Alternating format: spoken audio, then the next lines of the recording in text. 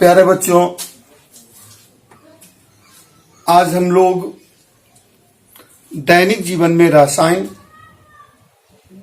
पाठ के अंतर्गत सबसे अंतिम टॉपिक पर चर्चा करेंगे, जिसका नाम सफाई अभिकर्ता है। क्या नाम है? सफाई अभिकर्ता, क्लीजिंग एजेंट्स। सफाई अभिकर्ता, जैसा कि नाम से स्पष्ट है कि सफाई अभिकर्ता किसको कहते हैं। सीधी सी बात है कि वैसा अभिकर्ता जिसका उपयोग हम लोग सफाई कार्यों में करते हैं, उसको सफाई अभिकर्ता कहते हैं। जैसे पिछले दिन हम लोगों ने पढ़ा कृत्रिम मीठा अभिकर्ता, तो क्या था? वह मीठा रासायनिक पदार्थ था। उसी ढंग से सफाई अभिकर्ता क्या है? ये वैसा रासायनिक पदार्थ है जिसका उपयोग हम लोग सफाई के कार्यों में करते हैं। तो इसका परिभाषा क्या होगा सफाई अभिकर्ता का? कि सफाई अभिकर्ता वैसा रासायनिक पदार्थ है जिसका उपयोग हम लोग सफाई कार्यों में करते हैं। क्या होगा परिभाषा बेटा? कि वैसा रासायनिक पदार्थ जिसका उपयोग हम लोग सफाई कार्यों में करते हैं, उसको हम लोग क्या कहते हैं? सफाई अभिकर्ता, क्लीजिंग एजेंट्स। अब हम लोग जो सफाई अभिकर्ता के रूप में मूल रूप से हम लोग दो चीजों का उपयोग करते हैं। कितने चीजों का उपयोग करते हैं? दो चीजों का उपयोग करते हैं। एक को हम लोग बोलते हैं साबुन। क्या बोलते हैं बेटा? साबुन, सॉप। एक को क्या बोलते हैं? साबुन, सॉप।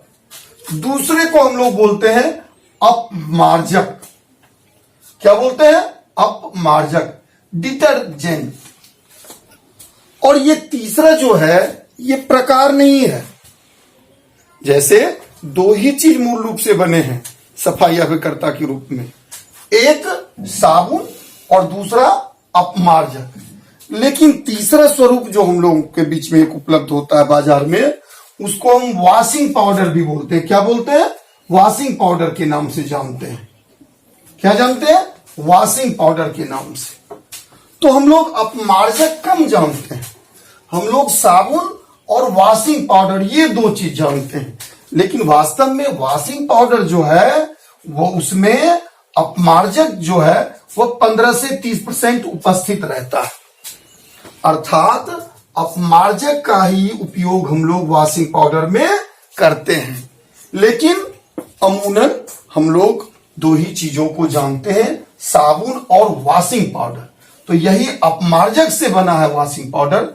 तो मूल रूप से दो ही चीज है, साबुन और अपमार्जक। लेकिन हम लोग जानते हैं साबुन और वॉशिंग पाउडर को, अपमार्जक को दैनिक भाषा के उपयोग में नहीं लाया जाता है। तो सबसे पहली बात आई साबुन। सॉप क्या है? साबुन क्या है? तो साबुन उच्च वसा अम्लों का सोडियम लवण है। साबुन क्या है बेटा? साबुन उच्च वसा अम्लों का सोडियम लवण है। साबुन उच्च वसा अम्लों का सोडियम लवण है। और इसे बनाया कैसे जाता है? तो जब वनस्पति तेल या वसा का क्षार द्वारा, NaOH, कास्टिक सोडा नहीं, तो जब वनस्पति तेल या वसा का क्षार द्वारा हम जल अपघटन करवाते हैं तो हमें क्या क्या प्राप्त होता है? साबुन और ग्लिसरॉल। क्या क्या प्राप्त होता है? साबुन और ग्लिसरॉल। जब वनस्पति तेल या वसा का क्षार द्वारा हम लोग जल अपघटन करवाते हैं तो हमें क्या प्राप्त होता है? साबुन एवं ग्लिसरॉल। अब यहां पर थोड़ा सा साबुन के स्वरूप में हम लोग देखें कि पर्टिकुलर इसका जो फॉर्मूला होता है, अगर हम एक प्रकार के रूप में लें तो इसको हम लोग C17H35 COONA इसको बोलते हैं। C17H35 COONA ये इसका एक स्वरूप है। लेकिन साबुन कई प्रकार के होते हैं। साबुन क्या होते हैं? कई प्रकार के होते हैं। तो इसके बारे में हम आगे चर्चा करेंगे। तो सबसे पहले क्या हुआ कि साबुन कैसे बनाया जाता है?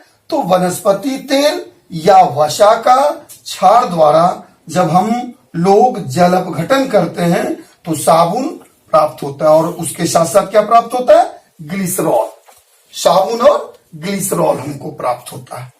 तो ये जो प्रक्रिया होती है, साबुन बनने की जो प्रक्रिया होती है, इसी को हम लोग बोलते हैं साबुनीकरण। क्या बोलते हैं? साबुनीकरण।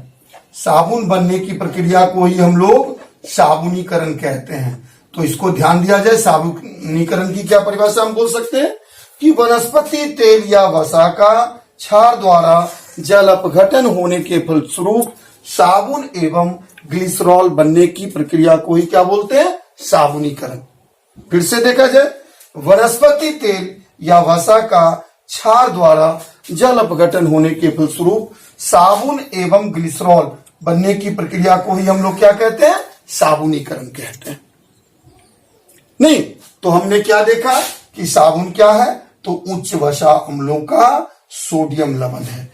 इसे कैसे बनाया जाता है? तो जब वनस्पति तेल या वसा का क्षार द्वारा जल अपघटन किया जाता है तो साबुन एवं ग्लिसरॉल प्राप्त होता है। और ये जो प्रक्रिया है, इस प्रक्रिया को हम लोग क्या बोलते हैं? साबुनीकरण कहते हैं। अब हम लोग दैनिक जीवन में जो साबुन यूज करते हैं, उपयोग करते हैं, उसको कई भागों में बांटा गया है।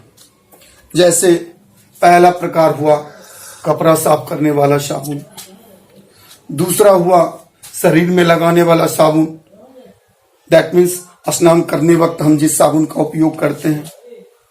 तीसरा हुआ जो मूल रूप से हजामती साबुन उसको कहा जाता है, जो हजामत बनाने में, दाढ़ी लोग बनाने में उसका उपयोग करते हैं। चौथा साबुन आपका है औषधीय साबुन। पांचवा साबुन आपका जो है वह बर्तन साफ करने के लिए भी यूज किया जाता है, वह भी एक अलग प्रकार का साबुन होता है। तो मूल रूप से 4-5 प्रकार का हम लोग साबुन का यूज करते हैं। पहला हो गया आपका शरीर में लगाने वाला साबुन, दूसरा आपको उसको बोल सकते हैं लॉन्ड्री में उपयोग होने वाला साबुन, साफ करने, कपड़ा साफ करने में जिसका यूज करते हैं। तीसरा हो गया औषधीय साबुन, मेडिकेटेड सोप। चौथा आपका हो गया हजामती साबुन और पांचवा आपका बर्तन साफ करने वाला साबुन। तो हम लोग साबुन को मूल रूप से 5 भागों में बांट करके इसका उपयोग करते हैं अपने दैनिक जीवन में। अब दूसरा प्रकार जो आया वह क्या आया? अपमार्जक, डिटर्जेंट। क्या आया? अपमार्जक, डिटर्जेंट। ये डिटर्जेंट क्या है? अपमार्जक क्या है?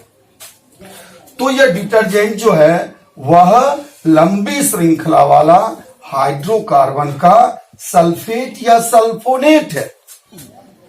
अपमार्जक क्या है? लंबी श्रृंखला वाला हाइड्रोकार्बन का सल्फेट या सल्फोनेट होता है। नहीं, और इसको 3 प्रकार में बांटा गया है। पहला ऋणायनी अपमार्जक, दूसरा धनायनी अपमार्जक और तीसरा ननायनिक अपमार्जक। तो पहले हम ये देखें कि अपमार्जक का आविष्कार क्यों किया गया। अपमार्जक का आविष्कार करने की क्या आवश्यकता हुई जब साबुन हम लोग बना ही लिए? तो साबुन क्या होता था कि खारा जल के साथ यह जो है आसानी से अभिक्रिया नहीं करता है और झाग नहीं बनाता है खूब अधिक, अर्थात यह कठोर जल के साथ अभिक्रिया करके कैल्शियम एवं मैग्नीशियम लवण बना देता है, जिसके कारण जो है खूब अधिक झाग उत्पन्न नहीं हो पाता है। क्या करता है? उसका लवण बना देता है कैल्शियम और मैग्नीशियम का, जिसके कारण खूब अधिक झाग नहीं उत्पन्न होता है। तब तो दिक्कत आ गई कि भाई कठोर जल के साथ बहुत ऐसे भूभाग हैं जहां कठोर जल पाए जाते हैं, तो वहां सफाई अभिकर्ता के रूप में हम किसका उपयोग करेंगे? तो वैज्ञानिक लोगों ने एक नए रासायनिक पदार्थ का निर्माण किया जो कठोर जल के साथ भी आसानी से अभिक्रिया करके खूब झाग देता है, अर्थात कठोर जल के साथ यह अभिक्रिया करके कैल्शियम एवं मैग्नीशियम लवण नहीं बनाता। तो इसलिए इस अपमार्जक का निर्माण वैज्ञानिक लोगों ने किया। तो अपमार्जक क्या है? तो लंबी श्रृंखला वाले हाइड्रोकार्बन का सल्फेट या सल्फोनेट। नहीं, अब रही बात कि दोनों में अंतर अगर हम क्लियर करें कि साबुन और अपमार्जक में क्या अंतर है, या ऐसा प्रश्न आ सकता है कि अपमार्जक ने साबुन का स्थान क्यों ग्रहण कर लिया। तो सीधी सी बात है कि साबुन कठोर जल के साथ आसानी से अभिक्रिया नहीं करता है और न ही खूब झाग देता है, जबकि अपमार्जक कठोर जल के साथ आसानी से अभिक्रिया करके खूब झाग देता है। इसीलिए अपमार्जक ने साबुन का स्थान ग्रहण कर लिया। अब ये जो अपमार्जक होते हैं ये 3 प्रकार के होते हैं। कितने प्रकार के होते हैं? 3 प्रकार के। पहला ऋणायनी अपमार्जक, दूसरा धनायनी अपमार्जक और तीसरा नन आयनिक अपमार्जक। तो ये ऋणायनी अपमार्जक क्या है? तो ऋणायनी अपमार्जक का जो गुण आता है वह ऋण आयनों के कारण आता है। किसके कारण आता है? ऋण आयनों के कारण आता है। Sodium lauryl sulphate, sodium lauryl sulphate ऋणायनी अपमार्जक के उदाहरण है। Sodium dodecyl benzene sulphonate, sodium dodecyl benzene sulphonate, ये भी ऋणायनी अपमार्जक के उदाहरण है। तो आपने क्या देखा कि sodium lauryl sulphate, sodium dodecyl benzene sulphonate, ये सभी ऋणायनी अपमार्जक के उदाहरण है। दूसरा आ गया आपका धनायनी अपमार्जक। तो धनायनी अपमार्जक क्या है? तो इसका अपमार्जक गुण जो है वह धन आयनों के कारण आता है। किसके कारण आता है? धन आयनों के कारण। तो सेटाइल ट्राइमेथिल अमोनियम ब्रोमाइड, सेटाइल ट्राइमेथिल अमोनियम ब्रोमाइड, ये जो है वह धनायनी अपमार्जक का उदाहरण है। और तीसरा आपका आता है नन आयनिक अपमार्जक। क्या आता है? नन आयनिक। नाम से स्पष्ट है कि यहां ऋण है और धन है और यहां कोई आयन नहीं है। नन आयनिक अपमार्जक, प्लेट साफ करने में जिस अपमार्जक का हम लोग उपयोग करते हैं उसको हम लोग नन आयनिक अपमार्जक कहते हैं। तो मूल रूप से सफाई अभिकर्ता के संदर्भ में हम लोग साबुन और अपमार्जक के बारे में पढ़ते हैं। अब ये तीसरा जो हम दिए वॉशिंग पाउडर, ये एक अलग स्वरूप है। इसको हम सफाई अभिकर्ता के प्रकार में नहीं लेते, इसको हम लोग एक अलग स्वरूप के रूप में लेते हैं। तो ये वॉशिंग पाउडर क्या है? तो वॉशिंग पाउडर जो है अपमार्जक कितना रहता है? अपमार्जक तो 15 से 30%। आजकल आप टीवी पर देखते हैं फेना ही लेना, सर्फ एक्सल, या बहुत सारे मोदी केयर, एम्बे, बहुत सारे कंपनी अपने अपने वॉशिंग पाउडर को बेचते हैं। तो उसकी अच्छाई जो होती है वह किसके कारण होती है? ये जो परसेंटेज आपका अपमार्जक का होता है, जो जितना अच्छा वॉशिंग पाउडर होता है उसमें अपमार्जक का परसेंटेज उतना ही अधिक होता है। तो उसकी जो अच्छाई होती है ये अपमार्जक के परसेंटेज पर निर्भर करता है। तो वॉशिंग पाउडर क्या है? अपमार्जक सोडियम सल्फेट, सोडियम सिलिकेट और सोडियम परबोरेट।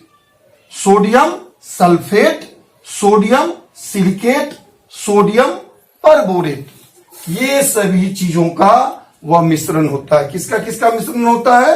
तो वॉशिंग पाउडर जो है 15 से 30% अपमार्जक, सोडियम सल्फेट, सोडियम सिलिकेट एवं सोडियम परबोरेट आदि का मिश्रण होता है। यह हमारे बाजारों में विभिन्न ट्रेड नामों जैसे फेना, लक्स, घड़ी, एक्सेल, विभिन्न ट्रेड नामों से हमारे बाजार में उपलब्ध है, जिसको हम खरीद करके कपड़ा साफ करने में यूज करते हैं।